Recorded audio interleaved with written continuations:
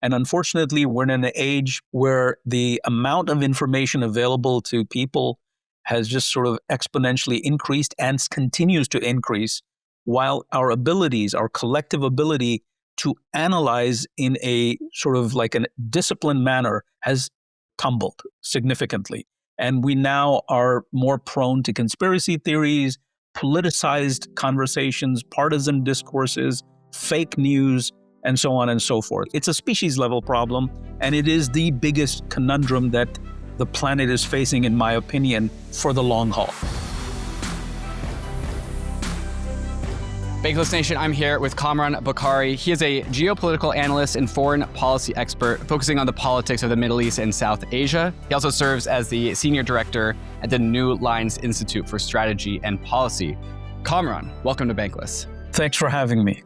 Kamran, there are a bunch of questions that I have that I'll kind of categorize as the second order, end order consequences with the fallout of the war in Iran, which is ongoing. We actually don't really know how that will settle. I'll have questions for you about that as well. But I really want to kind of ask what happens next in the whole Middle East and Asia region.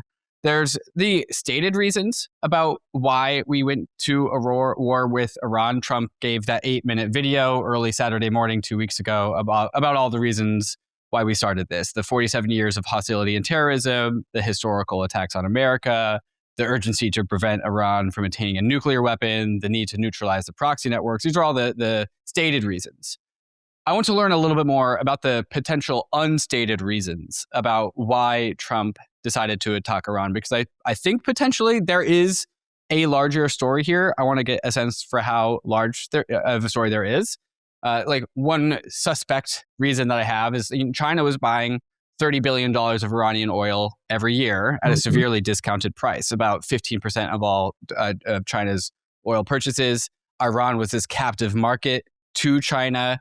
It was beneficial. Iran is and was beneficial to China. So this is one of the reasons why I suspect there might be a larger story here. Is there something to this notion? Is there a larger story about what happens next and what the unstated motivations of the Iranian war is? Great question. So look, I will take our listeners back to the National Security Strategy. It was published on December 5th. I had been talking about and writing about this for at least a year and a half in terms of where the United States is heading in terms of the broader grand strategy, the post-World War II system that needs evolution and has been evolving since the fall of the Soviet Union.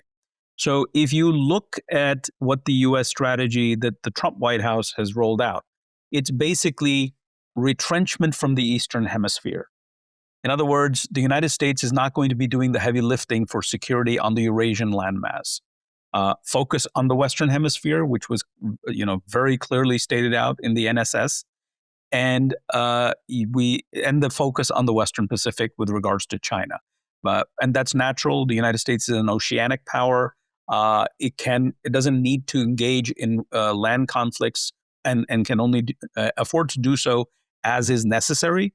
But what it can't pull out from are the global commons, the oceans. And so I think that is sort of the objective here. Now, the way to achieve this is to say burden sharing and burden shifting, which is the terminology of the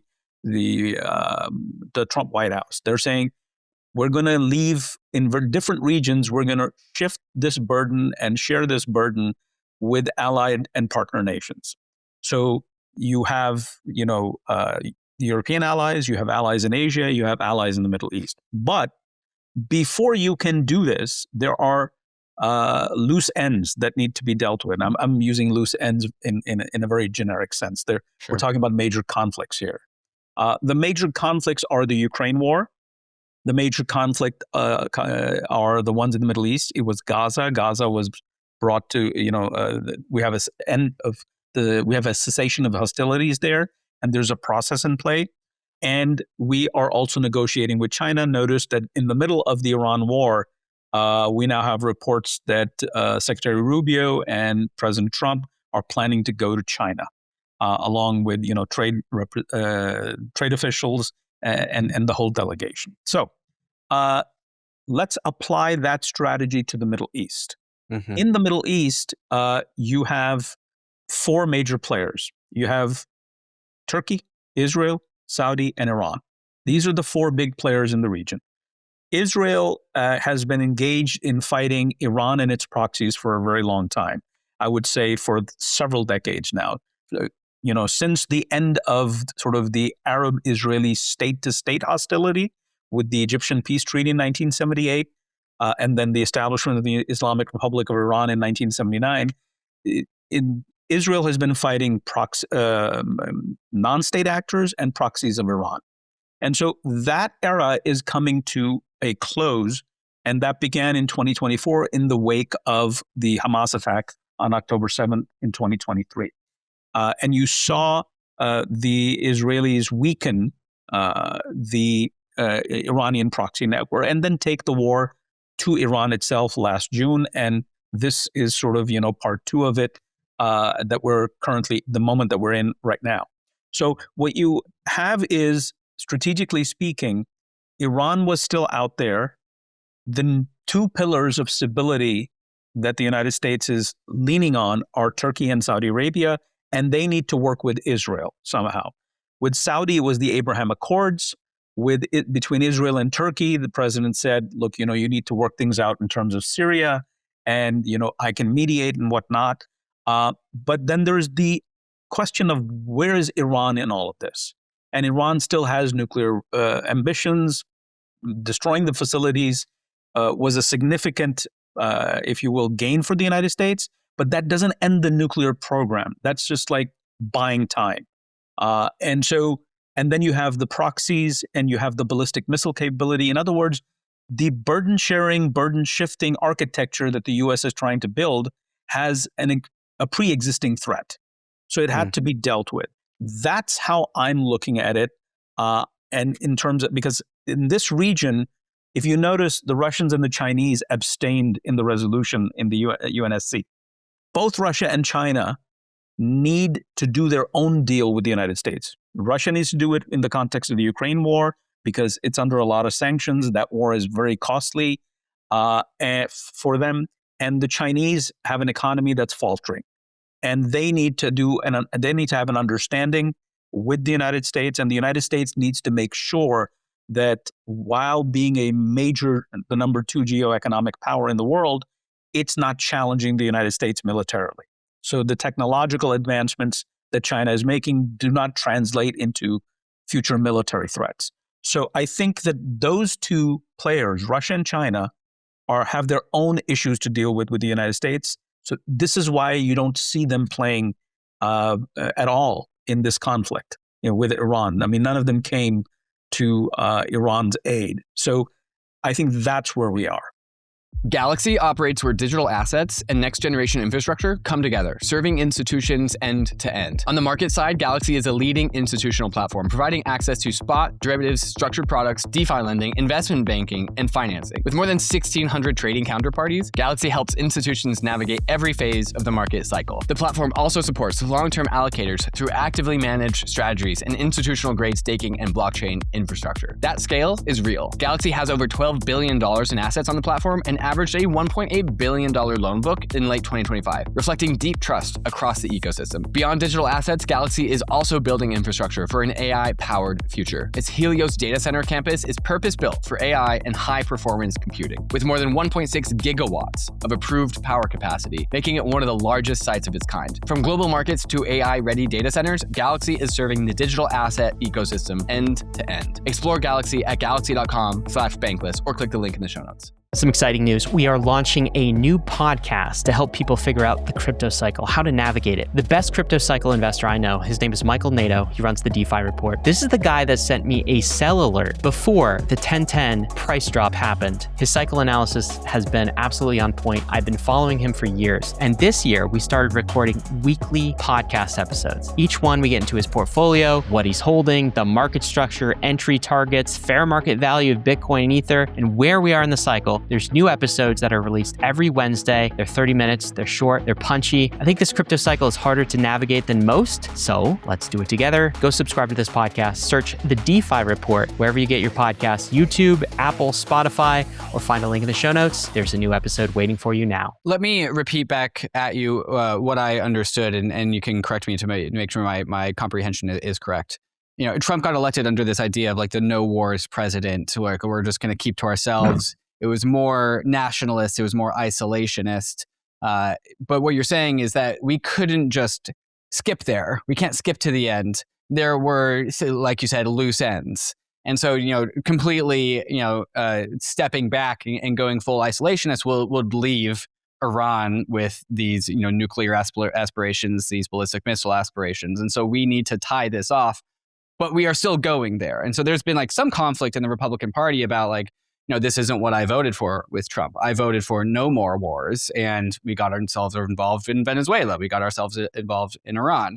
Maybe the Trump promise of not getting involved in foreign wars is still what you're saying is still kind of what we're trying to go for. But to be pragmatic, we need to solve the Iranian problem, which is what the Iran conflict is all about, the Iranian war is all about.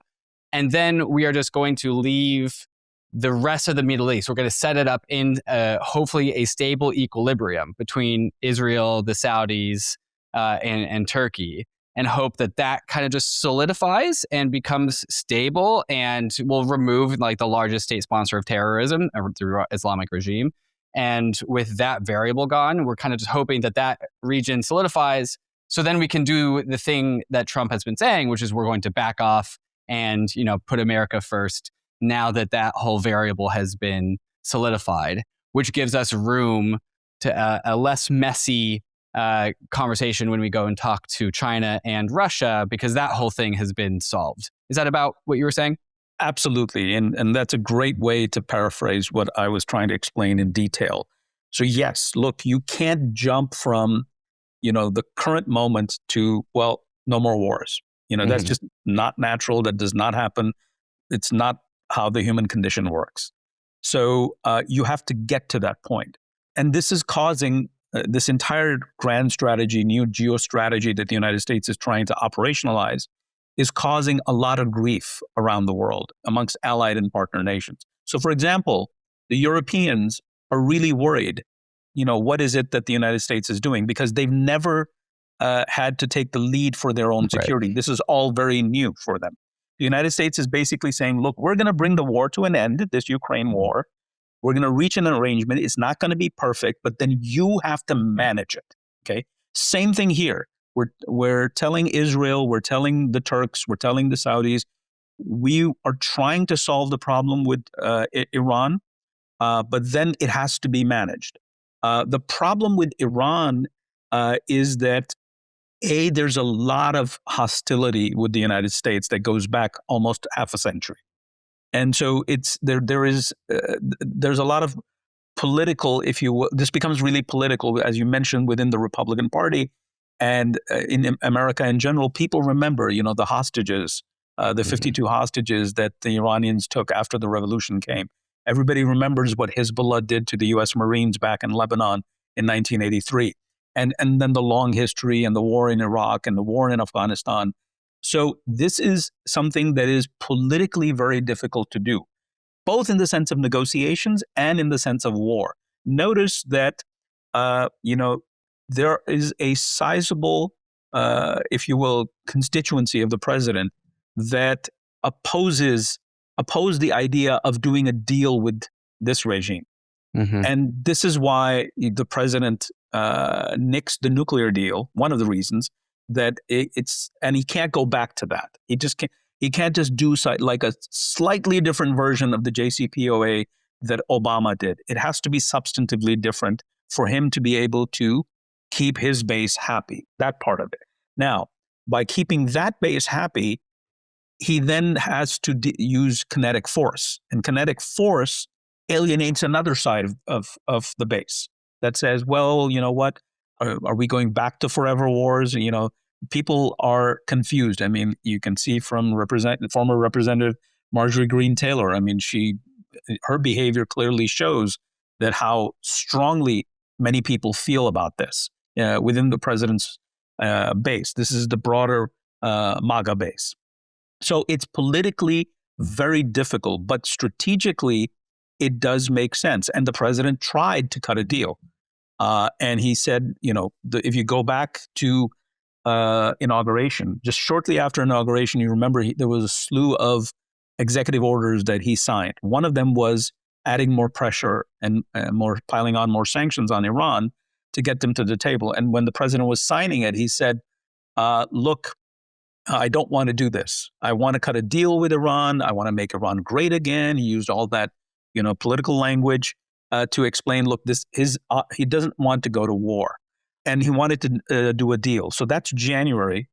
And there's, back and forth negotiations. They don't go anywhere. And the president in June decided, you know what?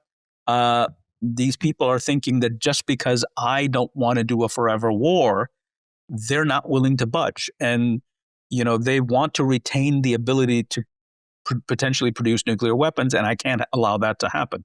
So then, and Israel, in the meantime, wanted to exercise the military option, and it was lobbying for the Trump White House that we should do this. And then the president decided, okay, let them do it, okay, and we'll see. And I'll control it. And notice that, he let it go for 12 days. There were those 3 nuclear facilities that the United States struck, very limited operation, did not get involved in the 12-day war, hoping that this would then change the mood in Tehran and they would be willing to negotiate. Once again, end of June till end of December, you have negotiations ongoing, back and forth. That, okay, let's negotiate this. Still no progress. And then on December 28th, protests broke out because the value of the rial plunged to a historic all-time low of $1 to 1.45 million Iranian rials. So that created a new situation. How do you negotiate with this regime that doesn't seem to have its own house in order? Is it too weak? Do we really need to negotiate with it? Is it going to topple? These are things that you don't know. This is a very dynamic situation. But you still continue to have those negotiations. You have 3 more rounds, 1 in Oman, 2 in Geneva, with Kushner and Steve Witkoff talking to Abbas Araghchi, who is the foreign minister of Iran. Didn't lead anywhere. And then the president decided, you know what? Okay, this is not working. We're going to need to use kinetic force. But again, it's not regime change. I mean, it's trying to use sort of the lessons learned from Venezuela. The model there, the baseline model is you leave the regime as is. You do not demolish anything. This is not Iraq. This is not Afghanistan.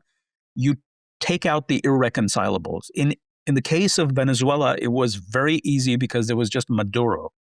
And you could come in and arrest him, and then, the rest of the regime went on. Life moved on. Life went on, and, this man used to rule Venezuela, and now he doesn't. And it's like taking a card out of a house of cards, and the house of cards doesn't collapse. Here, it's not possible. It's too far, too big. Iran is the size of UK, France, Germany combined, area-wise. It's 93 million people. It's at a distance. It is internally divided. It has 2 militaries, and it has a complicated political system, a theocracy, elected officials, officers, and so on and so forth. So how do you deal with this? And this regime has the ability to attack using ballistic missiles and drones. So it was always going to be complicated. I guess just to continue on this thread, like one of the reasons that is stated by Marco Rubio, like our foreign policy guy, was that Iran was militarizing at a crescendoing pace. The drones that I believe, correct me if I'm wrong, were coming in from China. They're able to produce even more drones. And so like the stated reason is like Iran was just going to be this like hedgehog with knives, 10,000 knives pointing in every single direction that no one would ever be able to deal with it. And so they were approaching the words that Marco Rubio used was a point of immunity, that they had just so many knives pointing in every single direction that it was going to be impossible to deal with that situation. So hence the urgency of going after Iran. As I understand, and I need information here, is that was enabled by China. A lot of materials, military weapons was coming from China into Iran to help Iran protect itself and to like remain in power and the regime remain in power. Because again, as I understand it, Iran's economy, the Islamic regime of Iran, is a very beneficial asset to China. China buys a lot of very cheap oil. Basically, the economy is captured by China because China's like just doesn't really care about our sanctions that much. And so China was really trying to bolster up Iran as sort of a proxy to not really a proxy is like too strong of a word, but nonetheless an asset that is a buffer between the United States and China that China gets to just leverage economically. And so maybe that wasn't the motivation. Maybe everything that you said about why we needed to deal with Iran is like true and stands on its own.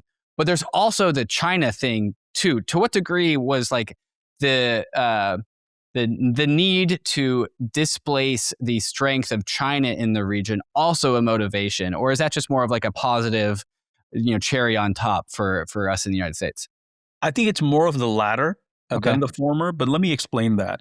So look, first of all, both the Russians and the Chinese have long used Iran as a way to, get what they want from the US. Mm-hmm. So they've leveraged Iran and they've leveraged that relationship. Yes, it's a source of oil imports for the Chinese, but the Chinese are also buying from the Russians oil. So it's not the only source. Sure. The Chinese also have to balance their relationship with Iran. They need Iran, or they would like to use Iran as leverage against the United States. But then they also have relationships with the Gulf states, the Arab Gulf states. And so they can't go too far in that. Mm. And that's where you see the variance between the Chinese relationship with the Iranians and the Russian relationship with the Iranians. The Russian relationship is far closer. The Russian intelligence has a very close relationship with the Iranian intelligence. There are military to military relations, political relations. There are defense production relations. So drones were supplied to Russia for the Ukraine war, and so on and so forth. And likewise, technology sharing and whatnot. But that said, notice even the Russians have not sort of gone beyond a certain limit. So in 2007, the Iranians cut a deal with the Russians to acquire the S-300 defense system, where you could have the ability to shoot down missiles and planes that are attacking you. This was crucial for the Iranians. They don't have an air force. Mm. But notice what the Russians did. The Russians delayed that almost a decade deliberately because they knew that, this is something that's not going to sit well with the United States. And it's not that they want to arm Iran necessarily. They're using Iran as leverage to try and extract concessions from the United States on things that are more important to them. Ukraine has always been much more important to Russia, and Iran is a tool from the Russian point of view. So it was only in 2016 that the first components of the S-300 missile systems were delivered, and by that time they had become obsolete. So you can see in actual behavior, rhetorically, you can look at any meeting and it looks like a very close relationship. But if you drop altitude and you go into the details and you see that, hey, this is not all that it appears to be. Same thing with the Chinese. The Chinese have supplied the precursor material for the solid fuel for the ballistic missiles. And it's not really clear what they're doing right now in terms of, continuing to produce that. There are reports that the United States has interdicted a lot of those shipments, and the Iranians don't have access to that precursor material to, replenish their stockpiles. So this is a much more complicated thing. I'll give you another example with the Chinese, and this has less to do with Chinese intent, more to do with Chinese capability. The Chinese in March of 2021. The Chinese foreign minister met with the Iranian foreign minister. I think the Chinese foreign minister was in Tehran for that meeting. And they announced this massive deal of $400 billion that the Chinese would invest in infrastructure projects in Iran over a period of 25 years. In other words, it was extending the BRI from Central Asia into Iran to all the way connecting it to the Persian Gulf. Now, obviously, that's an MOU, and we all know what happens with MOUs. Some of those MOUs stay MOUs and never become deals. Many of them don't. But 5 months later, you have the U.S. withdrawal from Afghanistan and the Taliban come back to power. So now, all of a sudden, the Chinese have a problem. They built BRI in Pakistan and in Central Asia because the U.S. was paying for security in the region. The U.S. was occupying Afghanistan post 9/11, and because the Chinese don't deploy multi-divisional forces anywhere beyond their borders. And so they were relying on the American military to provide security, a secure environment in which the Chinese could develop these geoeconomic relationships. The Chinese were also eyeing the slow-moving, receding Russian footprint from Central Asia. So they said, okay, we'll connect this. Now, all of a sudden, U.S. forces pull out. Your pre-existing BRI projects are now at risk. Certainly the one in Pakistan. And you have second thoughts about Central Asia. And all of a sudden, this $400 billion deal that you want to make with Iran is now, it's not going to happen. And so the Chinese have limitations that have to do, are a function of their own capabilities and geopolitical arresters. So I think that from that point of view, I don't think China is a big consideration in the short term for the U.S. move to wage war against this regime. It may be a future thing. It may be sort of one of those, unintended consequences that are favorable, but I don't think it is a driver. I wouldn't call it a driver, if that makes sense. Sure. Yeah, it just happens to be that there are a lot of geopolitical events that are happening in a short period of time that do represent this mediated relationship between the United States and China, Iran being the very big one, but also Venezuela, which also had, substantial economic ties, at least from the Venezuelan side, Venezuela to China. is a different story also. It's a different geopolitical calculus because Venezuela represented an opportunity for a Russian, Chinese, and even an Iranian outpost in the Western Hemisphere.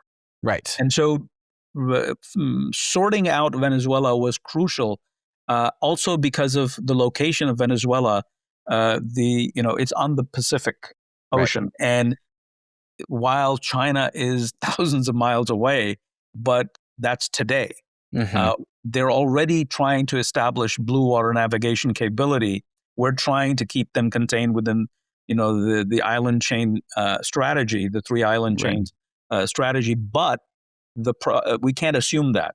So you have to remove sort of that opportunity that the Chinese have, because the Russians are a much weaker player post-Ukraine. Iran is still a third world country, but China is the second largest economic power in the world, and with a growing military capability. So you need to insulate yourself because of the oceans that provide access, or potentially could provide access, to Venezuela. Yeah. Yeah, and then even Cuba gets its way into the conversation there, because Cuba is also an even better, smaller landmass, but far closer, like 90 miles off of Florida, an outpost for whatever China might want to do in the future.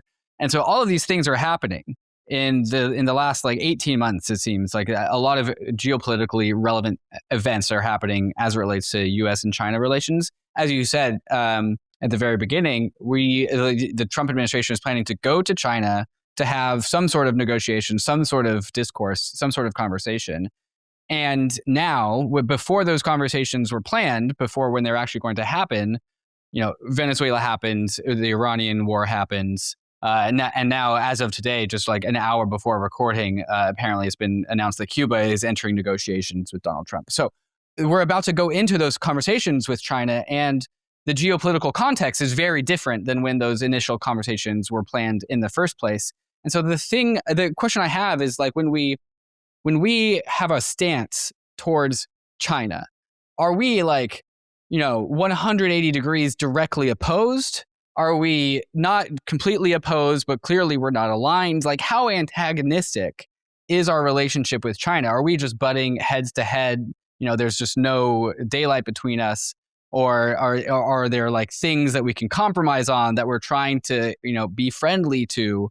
Or is it just like under the hood, we know that this is our enemy and, Harry Potter rules, neither can live while the other survives? Like, what is it? I don't think it's black and white. I think there are a lot of shades of gray. There's a lot of nuance there. I do think that the relationship with China is substantively different than the relationship we have with Russia, or anybody else. China is a big player, but we have to look at the imperatives of China and the constraints. Right now, China is under a lot of constraints. Its economy isn't doing well. The housing market situation is for everybody to see. Their growth rates are not what they used to be. So there's a correction happening inside the Chinese economy that doesn't get a whole lot of attention in the sense. So it's very interesting that the public discourse, while there is lots of reporting about what's wrong with the Chinese economy, but somehow the net assessment is China is still rising and China is this threat. We don't factor in what this political economic situation in China is doing to its ability to challenge the United States. I think that Washington, and it doesn't matter, today it's the Trump administration, tomorrow it could be somebody else, in the past it was Biden, irrespective of what administration is in office, I think Washington does pay enough attention to the evolving situation in China to have a good grasp of what are the constraints that the Chinese face. So the Chinese need to make a deal. Xi has turned what used to be a bureaucratized, institutionalized autocracy under the Chinese Communist Party into a personal sort of fiefdom. Look at the continuing purges that are happening. He just 3 days ago, he gave a speech saying the PLA must be loyal to the Chinese Communist Party. And so why are you saying that publicly? Because you're engaged in a lot of purges. You feel a threat from there. So we need to keep in mind that it's not just the economy of China that's facing problems. There are political effects as well. And so I think the U.S. is mindful of these things, but because the global dependency and the U.S. has a integrated relationship with China over the decades, that it's not in the U.S. interest to see this country spin out of control. So it's not a zero-sum game that we want just them to be defeated or whatnot. I would say that we don't even want regime change in Iran.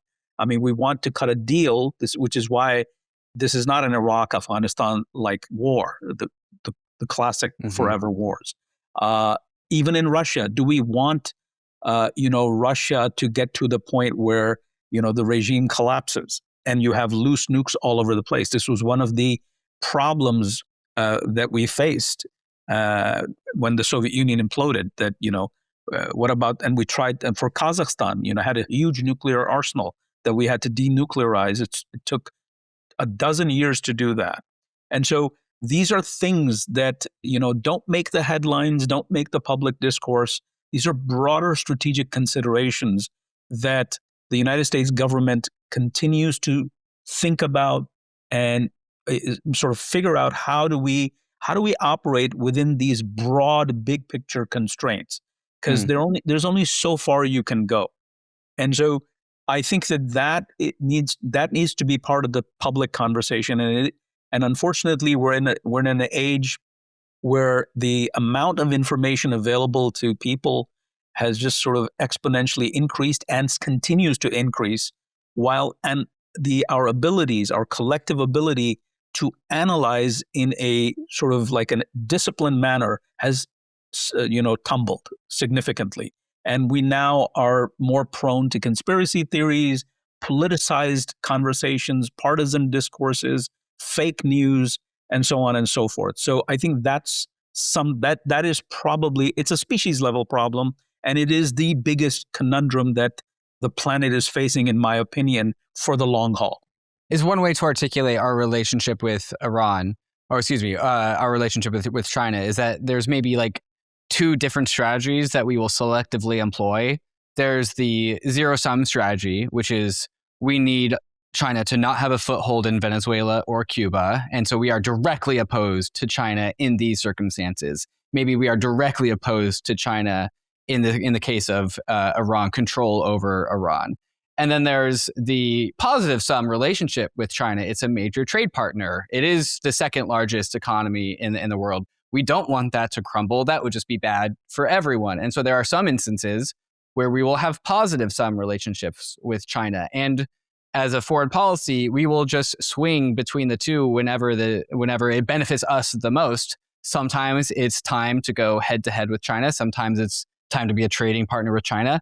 And we will simply optimize between these two strategies given the circumstances.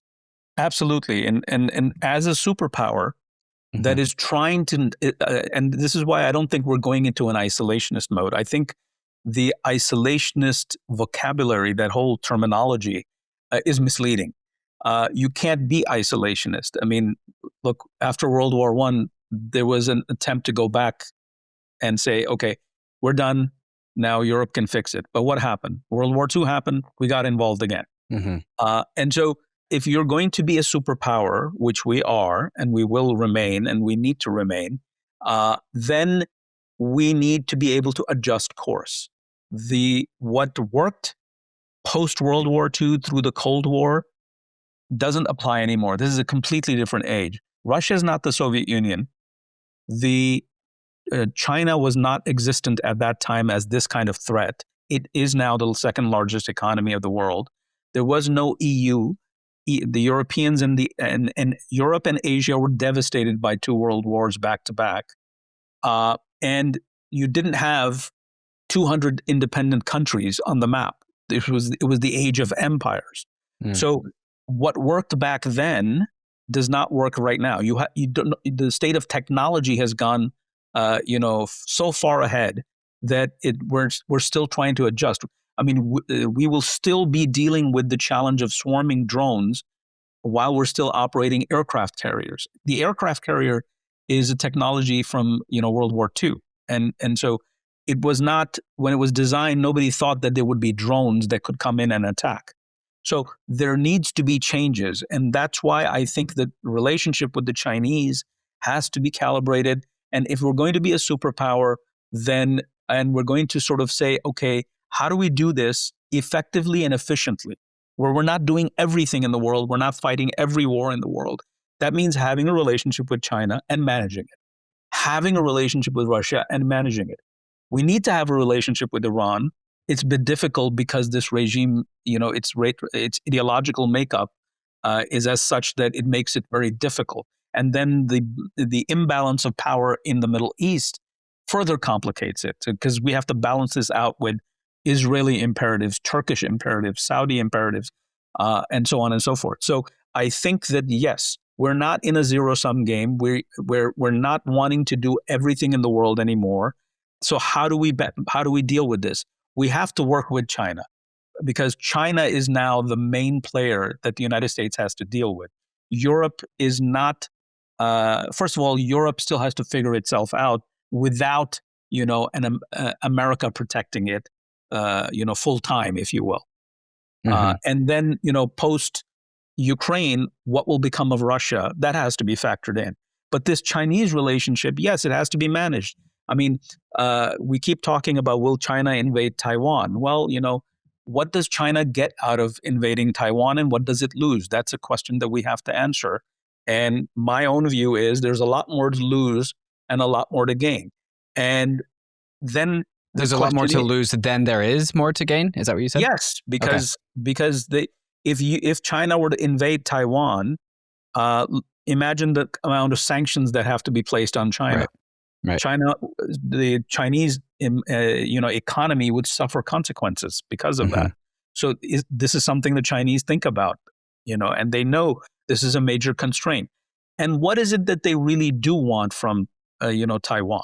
And so, is there another way to have it, or is this going to be still, we need to counter China, pivot to Asia, that whole discourse?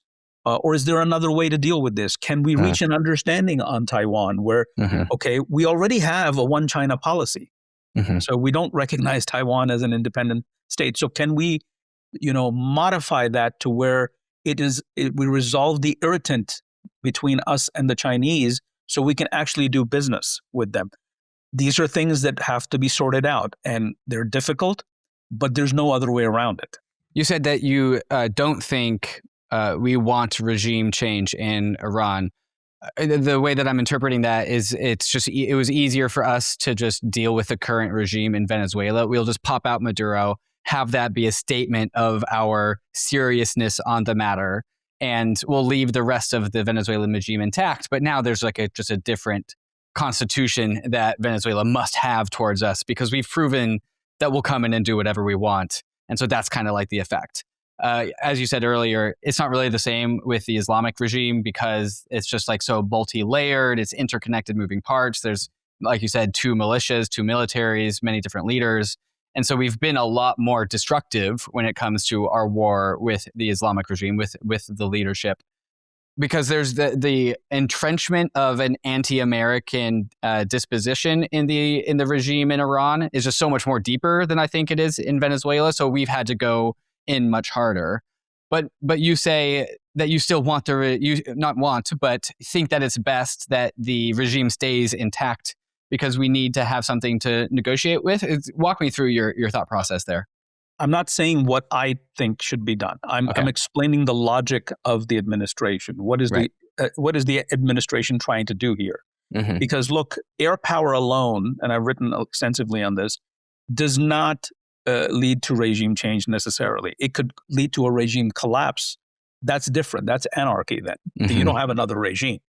Right. Now, ultimately, you want to have a deal. You want to settle with somebody. So you need to talk to somebody. If you demolish the entire edifice, there's nobody to talk to anymore. And so then, and this is a very difficult country. It's a complicated place in the sense that there is no opposition group here. There isn't a coherent opposition group that can go in that you can say, okay, get these guys out and help the others and they'll win and they'll take over. I'll give you an example. Syria.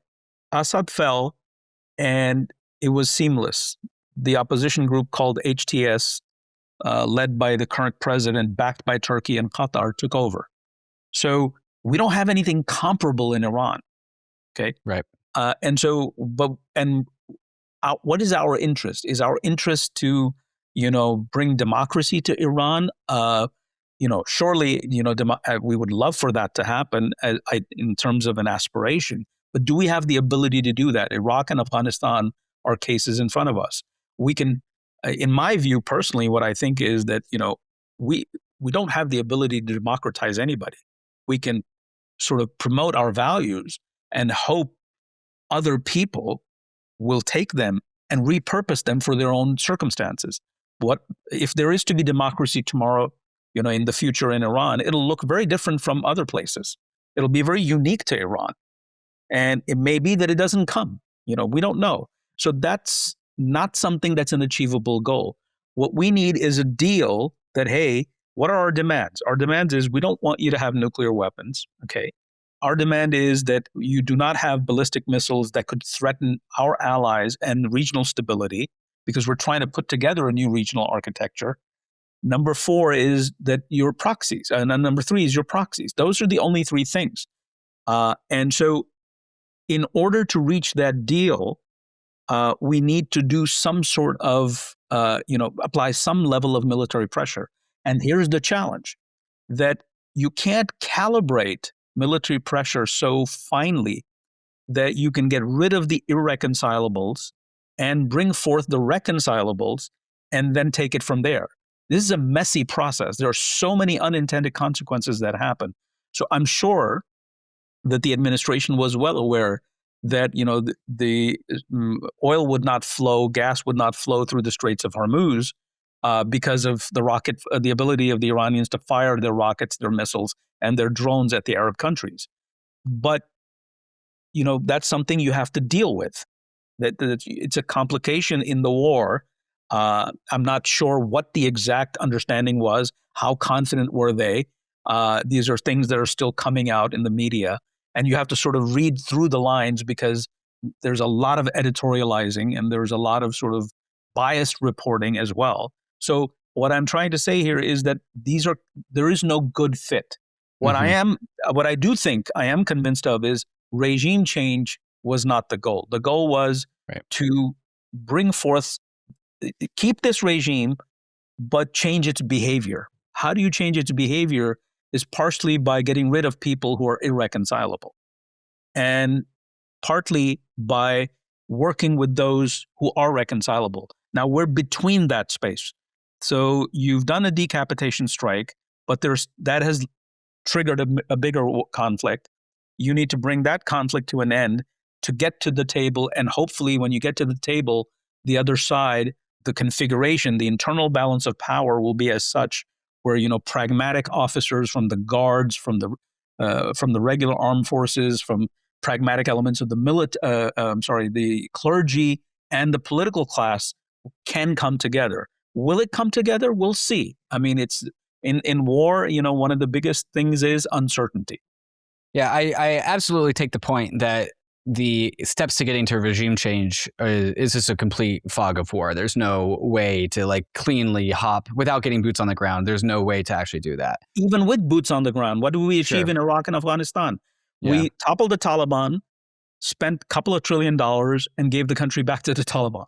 Are you sitting on USDT or stablecoins after taking profits and wondering where to deploy next? What if you could access stocks, gold, and ETFs without ever leaving crypto? That's what tokenized stocks on BitGet unlock. Traditional markets still run on limited hours, but capital is moving on-chain 24/7. On BitGet, you can trade tokenized stocks and ETFs 24/7 with up to 100x leverage, all settled directly in USDT or USDC. No brokerage accounts, no off-ramps, no platform switching. BitGet has already processed over $18 billion in tokenized stock trading volume, with most of that happening in the past month alone. The platform now captures close to 90% of Ondo's tokenized stock spot market share. As gold and silver hit record highs, on-chain trading followed. Over the past 2 weeks, volume in SVL on, tied to silver, and IAU on, linked to gold, surged on BitGet. This is BitGet's universal exchange vision in action. Crypto, equities, and real-world assets in one place, built with crypto-native speed and flexibility. If you want to trade stocks the way you trade crypto, explore tokenized equities on BitGet. Learn more by clicking the links in the show notes. This is not investment advice.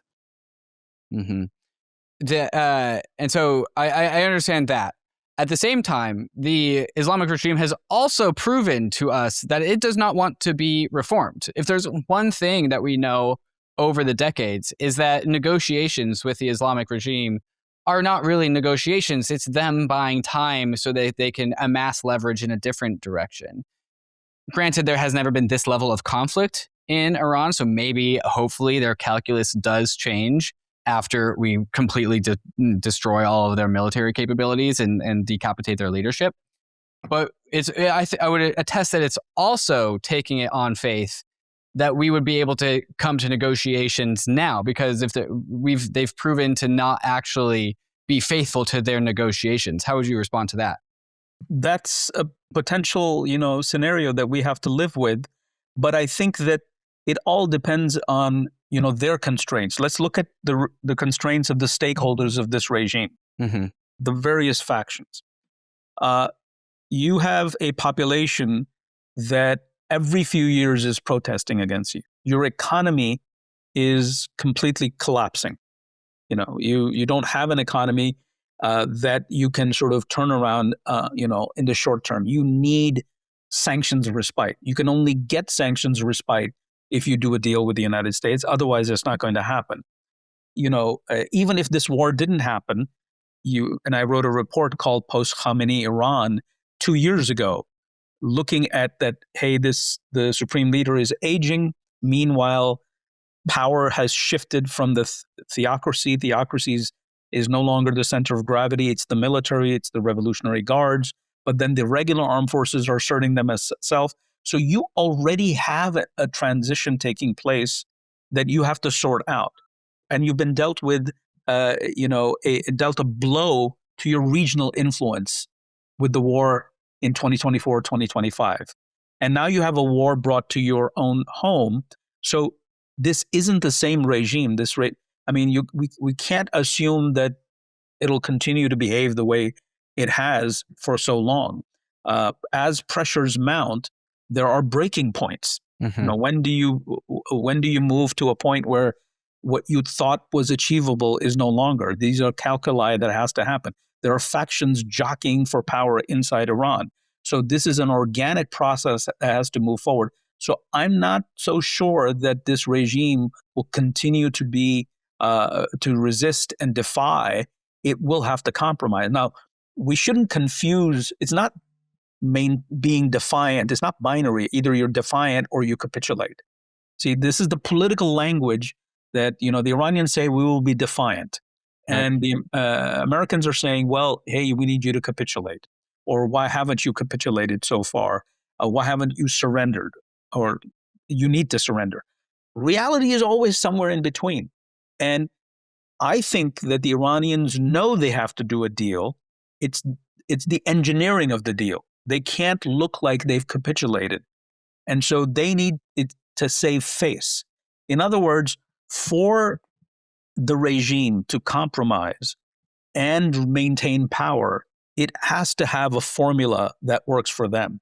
And that's what the negotiation is all about. And I think that will happen, but it will take time, because it's not like the United States says, oh, well, I mean, technically the United States can basically say, well, look, you know, we did what we wanted to do and we're out. This is the end of the war.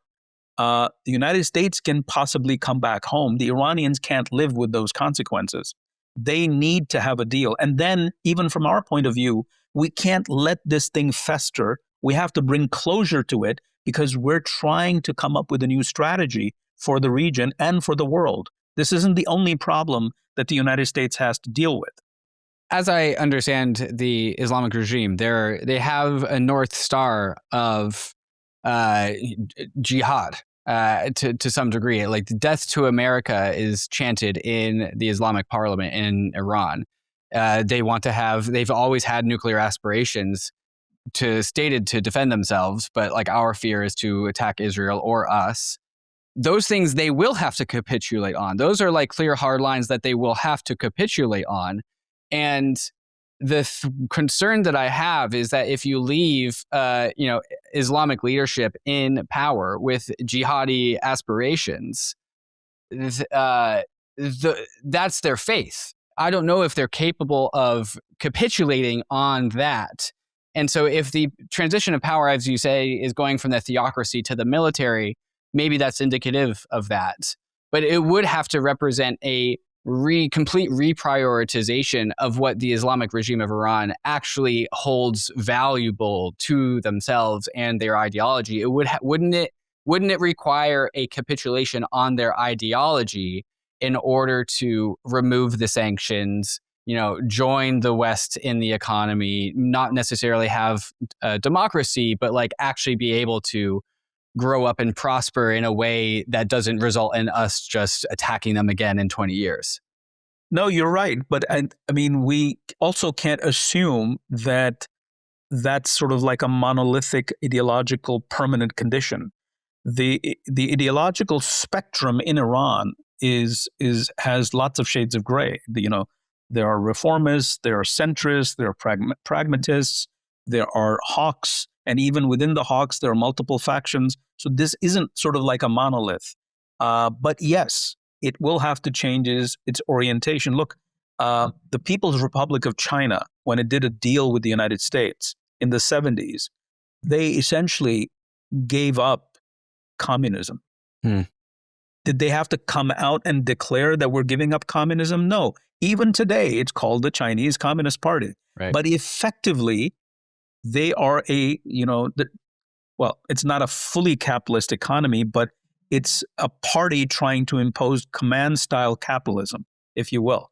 So it's complicated. They're not going to look like us. They're not going to think like us. But we get to a point where you can do business with them. And we've done that. And so I think, and this is what I wrote in my report, the forecast report from 2024, is that I see an evolution taking place. I didn't know that we were going to go through a war like this, but the war has accelerated the dynamics that I had outlined. And I do think that over time, slowly, because this is what their people want too.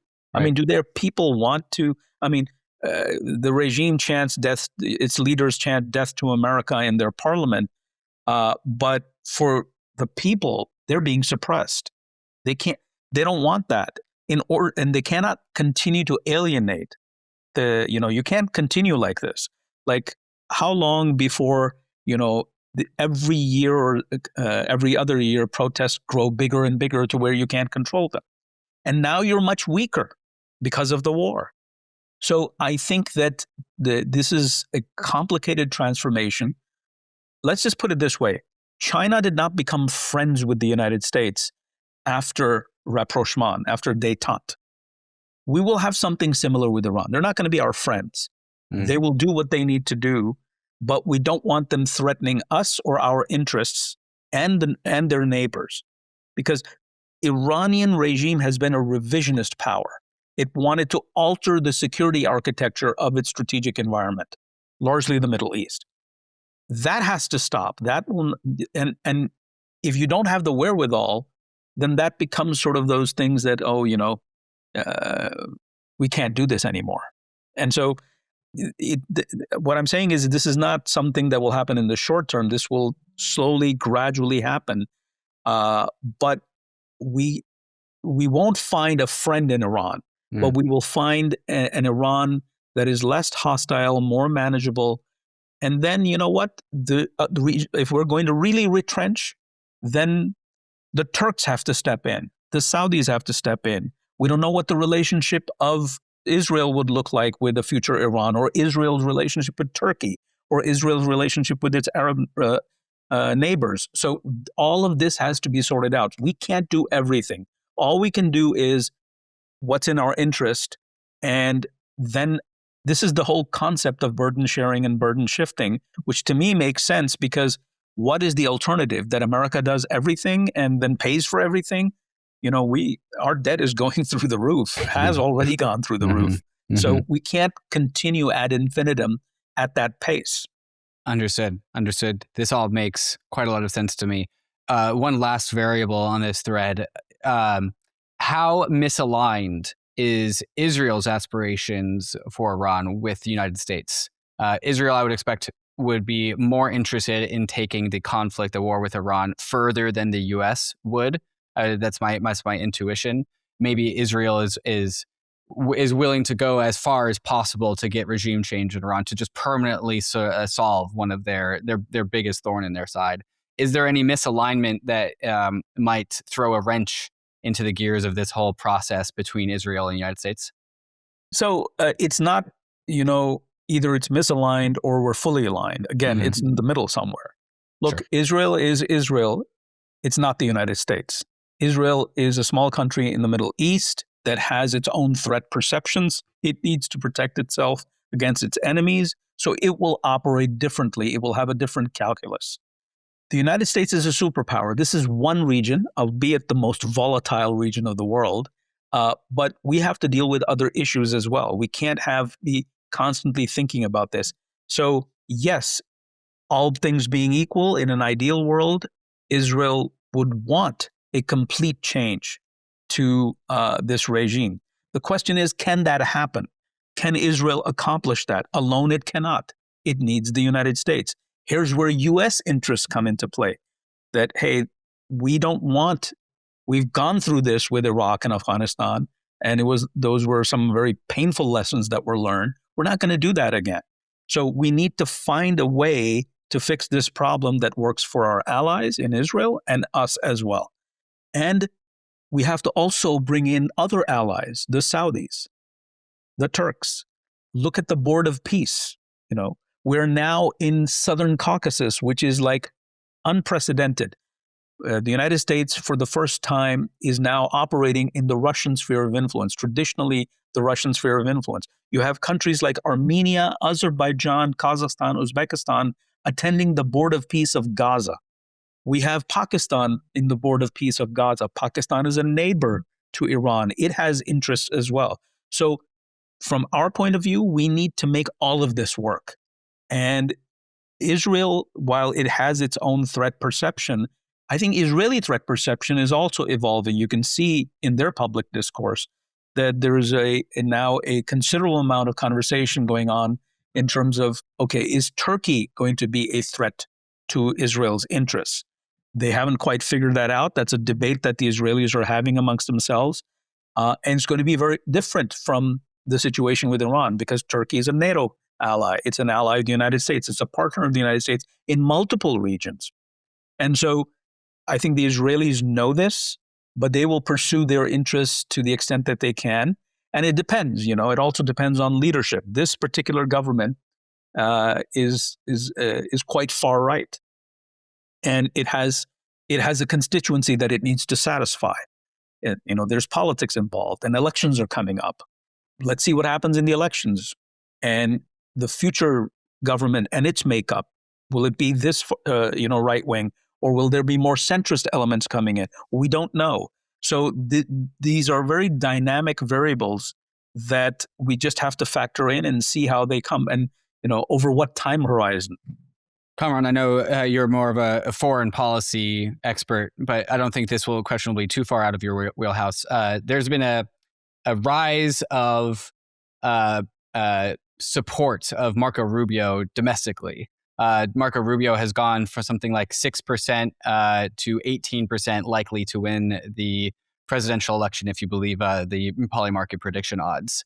I just no specific question here, but do you have any commentary on Marco Rubio as a leader, or what he's been doing, or what he's up to? Yeah, I think the Secretary of State has emerged as a key figure in the Republican Party, and of course the current Republican Party, because when we talk Republicans, there are still those who are opposed to Trump as well, even though they're not as powerful. So I think that the Marco Rubio has emerged because of his portfolio as Secretary of State, the diplomacy that he's been engaged with and as National Security Advisor, interim National Security Advisor. He's dual-hatted.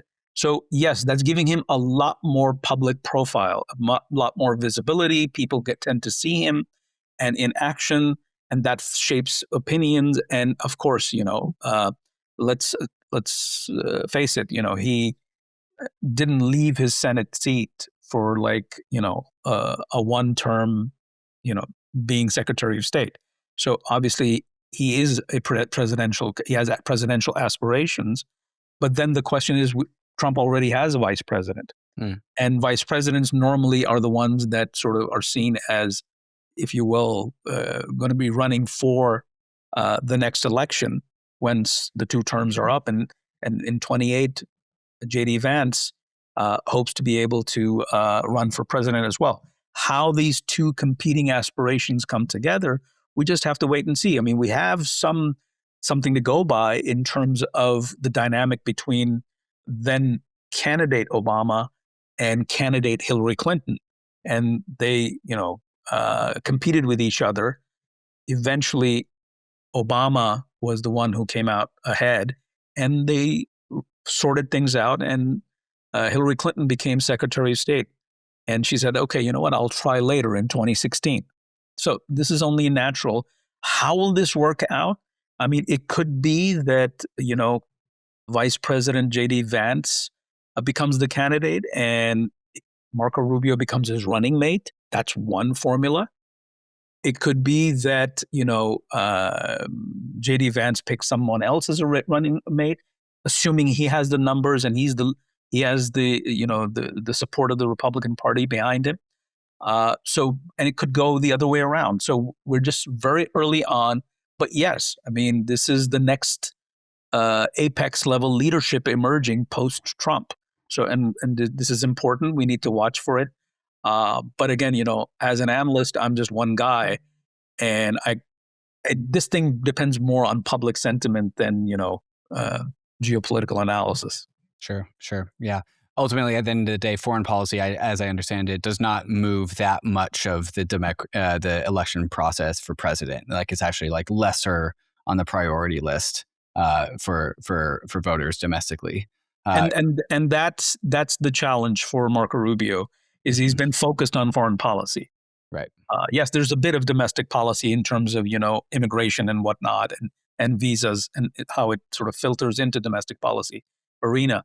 But I think that it's going to be interesting to see how these two gentlemen sort of move forward with their presidential aspirations, because the vice president is still sort of plugged in. He's not taking the lead on foreign policy in that sense. He is in the room. He's involved. He has a big say in it. But Marco Rubio is the point person on foreign policy. So it's going to be interesting to see how voters who look more at domestic policy will say, okay, so how good will Marco Rubio be for domestic policy? Because we haven't seen him in action. Of course, his record in the Senate is still there, but this is something that's more in the here and now. And as you know, the news cycle moves so fast, people forget about what happened in the past, and they're looking at the here and now. Right. Speaking of the news cycle moving so fast, what are you paying attention to as we round out this podcast episode? Things are happening every single day. So there's short-term things to look at. There's medium-term things to look at. When you're trying to get signal for what happens next in Iran, or as it relates to China, or generally anything in your wheelhouse, what are you paying attention to? What should listeners pay attention to if they're just trying to keep their finger on the pulse? Yeah, so I'm definitely looking at, what will be the outcome of the diplomacy with China? Mm-hmm. How does that ease tensions between the United States and China? And it's beneficial, on the trade front for both countries or not. That's one item. And so that's something that I wake up every day to try to track. The Ukraine war is absolutely important because the future of Europe is tied to it. What will become of Russia is tied to what the outcome of the Ukraine conflict. So that's another thing that I watch. The Middle East is something that I watch because it's an area that I'm personally very interested in. I have followed for many decades. I'm also looking on the technological front. I mean, how does AI intersect with geopolitics? How will geopolitics shape AI and vice versa? And what does this do to great power competition? What does this do to the rise of middle powers, and how? Because look, technology is not just the monopoly of the big powers anymore. Those days are long gone. Mm-hmm. We now have middle powers and even smaller countries like third world countries that are also engaging in this, technological innovation and application of technology to solve their problems. So these are the things that I'm looking at. And of course, space is always something I keep close eye on. I'm a big Star Trek aficionado. So yeah, I keep an eye on space as well. Yeah, well, I'm certainly in the coming years, there's going to be a lot more to talk about up there as well. Kamran, thank you for coming on. This has been incredibly educational. I really appreciate your guidance here. Thanks so much, David. If people just want to read what you put out, you're a writer. I was reading some of your content this morning, or if they just want to follow you on Twitter, where should we point the listeners to? Yeah, so I'm on X, Kamran Bokhari. I have a LinkedIn profile as well, but mostly I'm on X. I write for New Lines Institute. I write for Geopolitical Futures, and I have a column in Forbes magazine. All right, we'll get all of those links in the show notes. Kamran, thanks for coming on. Cheers. Cheers.